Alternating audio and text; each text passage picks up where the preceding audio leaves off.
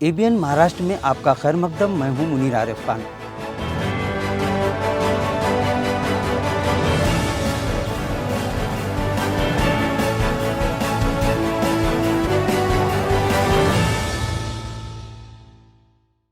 ABN Maharashtra की 10 बड़ी खबरों के खुसूसी खबरनामे में आपका खैर मकदम। मैं हूं मुनीर आरिफ खान।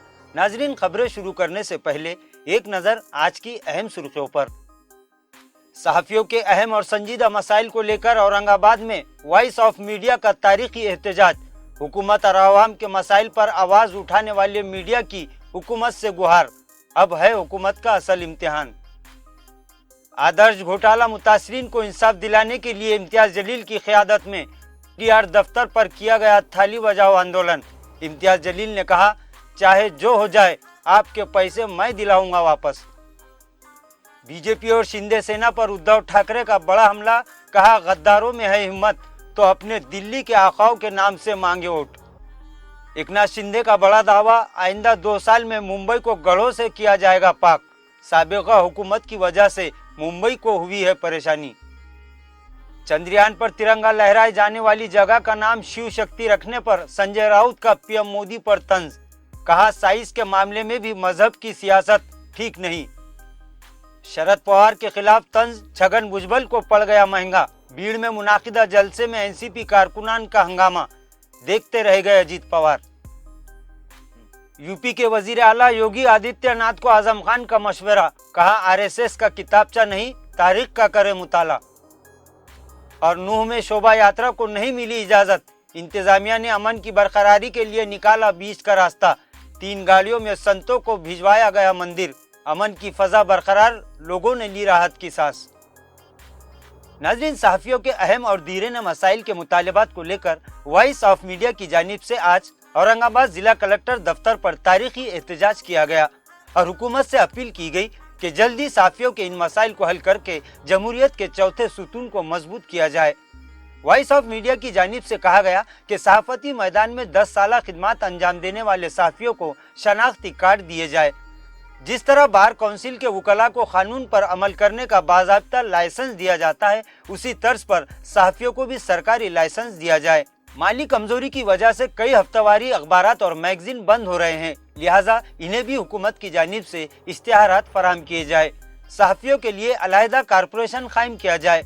सहाफ़ियों को राहत फराहम करने के लिए हुकूमत की जानिब से इस कारपोरेशन के जरिए इक़दामात किए जाए और सोशल मीडिया को भी इश्तिहारात देकर इनको मजबूत किया जाए। नाजरीन, इन जैसे कई अहम मसाइल को लेकर आज जिला कलेक्टर दफ्तर पर आंदोलन किया गया। वहीं आवाम में भी ये चर्चे सुने गए कि सहाफ़त से जुड़े अफराद, चाहे हुकूमत हो, सियासी पार्टियों के मसाइल हो, सियासी पार्टियों के कायदीन के मसाइल हो या फिर आवाम के दीरेना और संजीदा मसाइल, सहाफ़त से जुड़े लोग पूरी ईमानदारी और ताकत के साथ इन मसाइल पर आवाज़ उठाकर आवाम को इंसाफ दिलाने के लिए जद्दोजहद करते हैं। लेकिन आज इस मैदान में खिदमत अंजाम देने वाले लोग कई मसाइल से दो चार है, लिहाजा अब हुकूमत का असल इम्तिहान है कि वो इस सिलसिले में क्या इक़दामात करती है। नाजरीन, आदर्श सोसाइटी में हुए करोड़ों रुपयों के घोटालों के बाद से ही खातेदारों में एक खौफ तारी है कि अब इनकी जिंदगी भर की जमा पूंजी का क्या होगा और ये पैसे हमें वापस मिलेंगे या नहीं।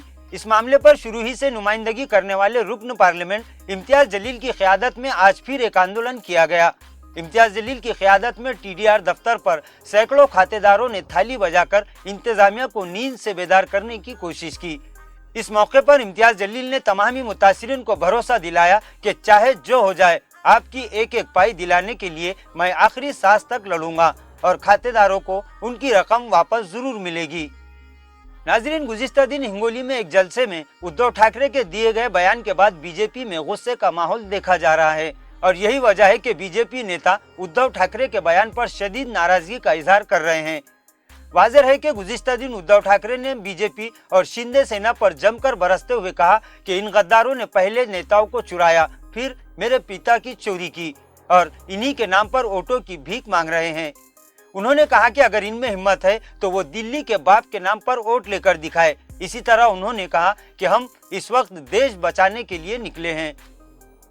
नाजरीन, गुज़िश्ता दिन एकनाथ शिंदे पार्टी कारकुनान की एक मीटिंग में बात कर रहे थे, जहां सहाफ़ियों की जानिब से पूछे गए सवाल का जवाब देते हुए एकनाथ शिंदे ने कहा कि सिर्फ 2 साल इंतजार कीजिए, और आइंदा 2 सालों में मुंबई को पूरी तरह से गढ़ों से पाक कर दिया जाएगा। इसी तरह वजीर आला एकनाथ शिंदे ने इस वक्त मुंबई के खस्ता रास्तों के लिए उद्धव ठाकरे की हुकूमत को जिम्मेदार ठहराया और कहा कि इन्हीं की वजह से मुंबई की यह हालत हुई है। तो वहीं मुंबई के सियासी समझबूझ रखने वाले अवाम ने एकनाथ शिंदे को घेरते हुए कहा कि इस वक्त तो आप भी हुकूमत में शामिल थे। नाजरीन, गुज़िश्ता दिनों हिंदुस्तान ने तारीख रकम करते हुए चंद्रयान 3 की कामयाबी के बाद चांद के जुनूबी कुतुब पर तिरंगा लहराया था, जिस पर पीएम मोदी ने बेंगलुरु में इसरो के दफ्तर में इस जगह को शिव शक्ति का नाम देने का ऐलान किया, जिस पर अब शिवसेना उद्धव ठाकरे ने मुखालिफत शुरू कर दी है। शिवसेना के तर्जुमान संजय राउत ने कहा कि साइंस के मामले में भी मजहब को जोड़ना ठीक नहीं है। उन्होंने कहा कि ये साइंसदानों की कामयाबी है, इसलिए इस जगह को विक्रम साराभाई का नाम दिया जाए। संजय राउत ने कहा कि हम भी हिंदुत्व के मुरीद हैं, लेकिन हर जगह धर्म को घुसेड़ना ठीक नहीं है। इसी तरह उन्होंने साफ लफ्जों में बीजेपी पर तंज करते हुए कहा कि बीजेपी को सिवाय नामों की राजनीति के और दूसरा कोई काम नहीं है। नाजरीन, एनसीपी में फूट पड़ने के बाद गुज़िश्ता दिनों भीड़ में शरद पवार ने एक जलसे आम से खिताब किया था, जिसमें एनसीपी कारकुनान की भीड़ को देखकर अजीत पवार ग्रुप ने भी भीड़ में प्रोग्राम मुनाकिद करके शक्ति प्रदर्शन करना चाहा। गुज़िश्ता दिन भीड़ में एक जलसा मुनाकिद हुआ, लेकिन ये जलसा अजीत पवार को इस वक्त महंगा पड़ गया जब छगन भुजबल ने इस जलसे से खिताब करते हुए एनसीपी सरबराह शरद पवार पर तंज कसा और फिर शरद पवार के खिलाफ बात सुनते ही कारकुनान तैश में आ गए और उन्होंने इतना हंगामा मचाया कि आखिरकार छगन भुजबल को अपना भाषण रोकना पड़ा। नाजरीन, इस हंगामे के बाद नायब वजीर आला अजीत पवार छगन भुजबल को देखते रह गए और दिल ही दिल में शायद ये इन्हें कोस रहे होंगे। नाजरीन, गुज़िश्ता दिन आजम खान उत्तर प्रदेश में एक प्रोग्राम में हजारों कारकुनान से खिताब कर रहे थे, जहां उन्होंने वजीर आला योगी आदित्यनाथ पर जमकर निशाना साधा और कहा कि योगी जी, आप नफरत की सियासत को हवा दे रहे हैं। आजम खान ने योगी को मशवरा देते हुए कहा कि आप आरएसएस का किताबचा नहीं बल्कि तारीख का मुताला करें।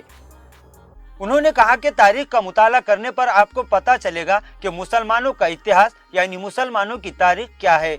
आखिर में उन्होंने योगी पर तंज करते हुए ये भी कहा कि आप तारीख को नहीं पढ़ सकते, क्योंकि तारीख को पढ़ने के लिए जो आंखों की जरूरत है वो आपके पास नहीं है।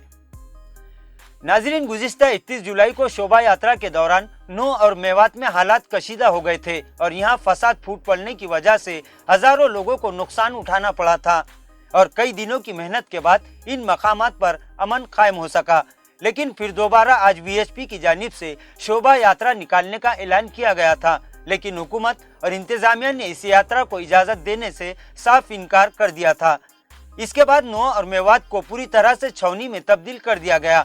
आज दोबारा वीएचपी की जानिब से शोभा यात्रा निकालने की जिद की जा रही थी, लेकिन इन्हें इजाजत नहीं मिली। फिर आखिर अमन और अमान की सूरत हाल को बरकरार रखने के लिए इंतजामिया ने दरमियानी रास्ता निकाला और महज 3 गाड़ियों में संतों को मंदिर में जाकर पूजा करने की इजाजत दी और इन 3 गाड़ियों को सख्त हिफाजती बंदोबस्त में मंदिर तक पहुंचाया गया ताकि इन्हें कोई गैर कानूनी हरकत करने का मौका दोबारा न मिल सके।